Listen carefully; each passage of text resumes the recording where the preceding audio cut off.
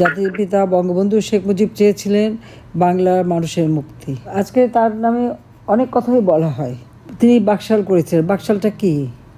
বাকশাল তো ছিল বাংলাদেশ কৃষক শ্রমিক আওয়ামী লীগ এবং জাতীয় ঐক্যের ডাক দিয়েছিলেন। কৃষক শ্রমিক মেহনতি মানুষ এবং একেবারে চাকরিজীবী থেকে সর্বস্তরের মানুষকে ঐক্যবদ্ধ করে বাংলাদেশের মানুষের আর্থসামাজিক উন্নতি করতে চেয়েছিলেন এবং জাতীয় ঐক্যের ডাক দিয়েছিলেন। তখন বাংলাদেশে কয়টা দল ছিল? তখন তো আওয়ামী লীগই একমাত্র রাজনৈতিক দল। মুসলিম লীগে তখন তো প্রায় ধ্বংসপ্রাপ্ত। তারপর যারা ছিল তারা তো 70-এর নির্বাচনে অংশগ্রহণ করেছিল। 70-এর নির্বাচনে 20 দলীয় ঐক্যজোট ভার্সেস আওয়ামী লীগ। সমগ্র পাকিস্তানে আওয়ামী লীগ সংখ্যাগরিষ্ঠতা পায়। কাজে একথা তাদের ভাবতে হবে যারা এই কথাগুলি অপপ্রচারগুলি করে। এবং স্বাধীনতার পরে জাতির পিতা একটা সংবিধান উপহার দেন। এই সংবিধানের ভিত্তিতে 73 সালে নির্বাচন হয়। সেই নির্বাচনে আওয়ামী লীগ জয়লাভ করে এবং আওয়ামী লীগ রাজনৈতিক দল বলতে তখন গণমানুষের দল বলতে আওয়ামী লীগ 1949 সালে প্রতিষ্ঠা লগ্ন থেকে এদেশের মানুষের আর্থসামাজিক উন্নয়নের জন্য কাজ করে যাচ্ছে। যখন 74 সালে দুর্ভিক্ষ, যেটা নগদ টাকা দিয়ে কেনা খাদ্য জাহাজ আমেরিকা বাংলাদেশে আসতে দিল না, শ্রীলঙ্কা থেকে অন্যদিকে পাঠিয়ে দিল, একবার চক্রান্ত করে দুর্ভিক্ষ সৃষ্টি করা হলো। বঙ্গবন্ধু শেখ মুজিব তো কোনো কিছু লুকান নাই। তিনি স্পষ্ট বলেছিলেন যে এই দুর্ভিক্ষ হয়েছে, আমি এত মানুষ মারা গেছে, আমি রক্ষা করতে পারিনি, বাংলাদেশকে এখন খাদ্যের স্বয়ংসম্পূর্ণ করে দেশের আর্থসামাজিক উন্নতি করতে হবে। কাজে কৃষক শ্রমিক মেহনতি মানুষ তাদের ভাগ্য পরিবর্তন করতে হবে, সাধারণ দরিদ্র জনগোষ্ঠীকে দারিদ্র্যের থেকে মুক্তি দিয়ে উন্নত সমৃদ্ধ করতে হবে এবং এই ঘুণে ধরা সমাজ ভেঙে নতুন সমাজ গড়তে হবে। এবং তিনি দ্বিতীয় বিপ্লবের কর্মসূচি ঘোষণা দেন, সবুজ বিপ্লবের কর্মসূচি ঘোষণা দেন এবং বাংলাদেশ ঘুরে দাঁড়ায়। যেখানে সেই 74 সালে দেখা গেছে চালের দাম বেড়ে গেছিল প্রায় 10 টাকা কেজি, সেইটা কমিয়ে এই দ্বিতীয় বিপ্লবের কর্মসূচি দেওয়ার পর, বাকশাল ঘোষণা দেওয়ার পর, এরপরই চালের দাম মাত্র 3 টাকায় নেমে গিয়েছিল। সব মানুষের ক্রয় ক্ষমতা বেড়েছিল। স্কুল কলেজ সব জায়গায় একটা নিয়মতান্ত্রিকতা ফিরে এসেছিল। অর্থনৈতিক উন্নয়নের পথে অগ্রযাত্রা শুরু করে বাংলাদেশ 9% প্রবৃদ্ধি অর্জন করেছিল সেই সময় বাংলাদেশ। এটা মনে রাখতে হবে। এবং যখনই বাংলাদেশ এভাবে উঠে দাঁড়ালো তখনই এই চক্রান্ত 1975 সালে 15ই আগস্ট ধানমন্ডি 32 নম্বরের ওই ছোটো বাড়িটি, বাংলাদেশের রাষ্ট্রপতি অত্যন্ত সাদাসিধে জীবনযাপন করতেন, ওই বাড়িতেই থাকতেন। আর সেই বাড়িতেই ঘাতকের দল নির্মমভাবে হত্যা করলো জাতির পিতা বঙ্গবন্ধু শেখ মুজিবুর রহমানকে। একই সাথে হত্যা করলো আমার মা বেগম ফজিলাতুন্নেসা মুজিবকে, আমার 3 ভাই, মুক্তিযোদ্ধা শেখ কামাল, মুক্তিযোদ্ধা শেখ জামাল, ছোট্ট রাসেল 10 বছরের। ঘাতকের নির্মম বুলেটে তারা শাহাদাত বরণ করলো। কামাল জামালের নবপরিত বধূ সুলতানা কামাল রুজি জামালকে হত্যা করলো।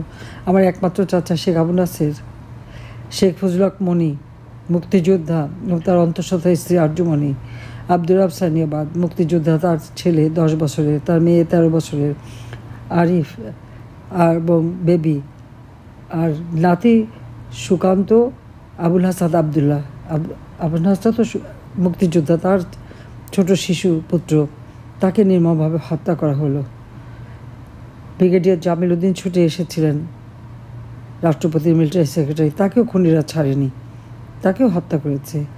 সিদ্দিকুর রহমান পুলিশ অফিসারকে হত্যা করেছে। এই হত্যাকাণ্ড ঘটানোর মধ্যে দিয়ে যারা শাহাদাত বরণ করলেন, আমি তাদের আত্মার মাগফিরাত কামনা করি, সকলের আত্মার মাগফিরাত কামনা করি এবং আপনাদের কাছে দোয়া চাই।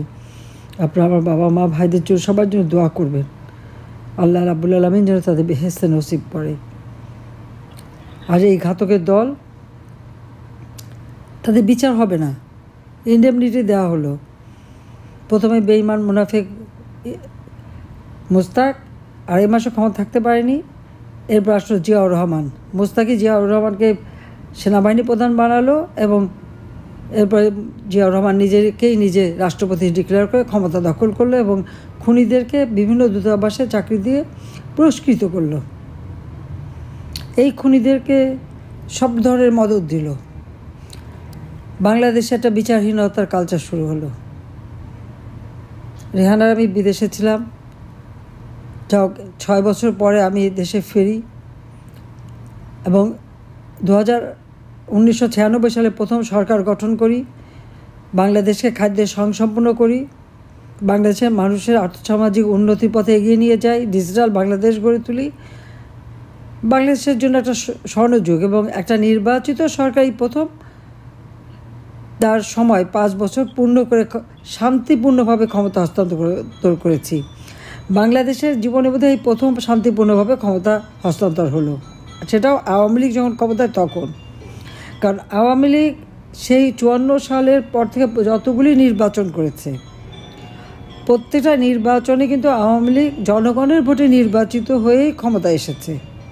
আওয়ামী লীগ কখনো পিছনের দরজা দিয়ে ক্ষমতা আসেনি। বাংলাদেশ হওয়ার পরেও তো 8টা নির্বাচন হলো, সেখানে তো আমরা প্রত্যেকটা নির্বাচনে আমরা যতবার ক্ষমতা এসেছি ওই নির্বাচনের মাধ্যমে জনগণের ভোটের অধিকার নিশ্চিত করলাম, জনগণের অর্থনৈতিক মুক্তি এনে দিলাম, বাংলাদেশের মানুষের আর্থসামাজিক উন্নতি করলাম। স্বল্পোন্নত দেশ জাতির পিতা করে গিয়েছিলেন, সেই দেশকে উন্নয়নশীল দেশের মর্যাদায় উন্নীত করলাম। দারিদ্র্যের হাত থেকে মানুষকে মুক্ত দিয়ে প্রত্যেকটা গৃহহীন ভূমির মানুষকে ঘর বাড়ি, চিকিৎসা সেবা মানুষের দুর্গে পৌঁছে দেওয়া, শিক্ষার ব্যবস্থা, বিনামূল্যে বই, প্রত্যেকটা স্কুল কলেজ মসজিদ মাদ্রাসা থেকে শুরু করে সব কিছু আমরা উন্নতি করে দিয়েছি। ধর্ম বর্ণ নির্বিশেষে সকলের উন্নতি করেছি। মসজিদ মন্দির গির্জা প্যাগোডা যেখানে যখন যেটার উপর হামলা হয়েছে আমরা সবগুলি নিজের হাতে তৈরি করে দিয়েছি সবাইকে। আমাদের মূল নীতি 4 মূল নীতি: জাতীয়তাবাদ, গণতন্ত্র, সমাজতন্ত্র, ধর্মনিরপেক্ষতা। এই 4 মূলনীতি নিয়েই তো আমাদের পথ চলা। সাথে সাথে সমস্ত বেসরকারি খাত উন্মুক্ত করে দিয়ে মানুষের কর্মসংস্থার ব্যবস্থা করেছি। যুব সমাজ যেন নিজেরা পায়ে দাঁড়াতে পারে, তাদের ট্রেনিংয়ের ব্যবস্থা, তাদের জন্য সব ধরনের সুযোগ সুবিধা করে দিয়েছিলাম আমি। আমরা সোনার বাংলাদেশ গড়ে তুলব। বাংলাদেশকে এইভাবে এই স্বাধীনতাকে আমরা ব্যর্থ হতে দিতে পারি না। আর গণমানুষের উপর এই ধরনের অত্যাচার নির্যাতন কখনো সহ্য করা যায় না। কাজে এর থেকে মুক্তি পাওয়ার জন্য সবাইকে ঐক্যবদ্ধ হওয়ার আহ্বান জানাচ্ছি। ঘরে ঘরে হাহাকার। 1 কোটি পরিবারের জন্য আমি মাত্র স্বল্প মূল্যে 30 টাকা কেজিতে যাতে চাল এবং ডাল তেল চিনি কিনতে পারে সে ব্যবস্থা করে দিয়েছিলাম। সেখানে প্রায় 43 লক্ষ মানুষের নাম কেটে দিয়েছে, তারা নাকি আওয়ামী লীগ করে। তো 57 লক্ষ মানুষ তো আওয়ামী লীগ করে না, আমি তো তাদেরকেও দিয়েছি। সে বিচার নাই, সে বিবেচনা নাই।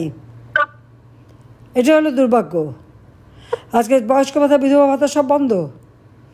মাত্র 15 টাকা কেজিতে আমরা চাল দিতাম একবার নিম্নবিত্তদের জন্য। যে চাল আমি রেখে এসেছি সেই চালই দিয়ে যাচ্ছে।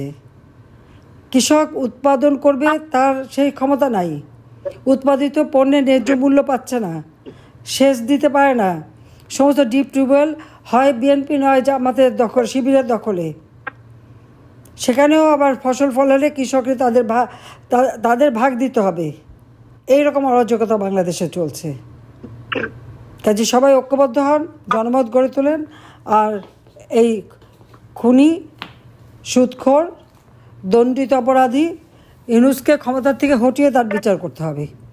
তার সাথে যারা দোষর তাদেরকেও বিচার হবে। সবাইকে ধন্যবাদ। ইনশাআল্লাহ আমরা তো আর করবো। জয় বাংলা, জয় বঙ্গবন্ধু, বাংলাদেশ চিরজীবী হোক। খোদা হাফেজ।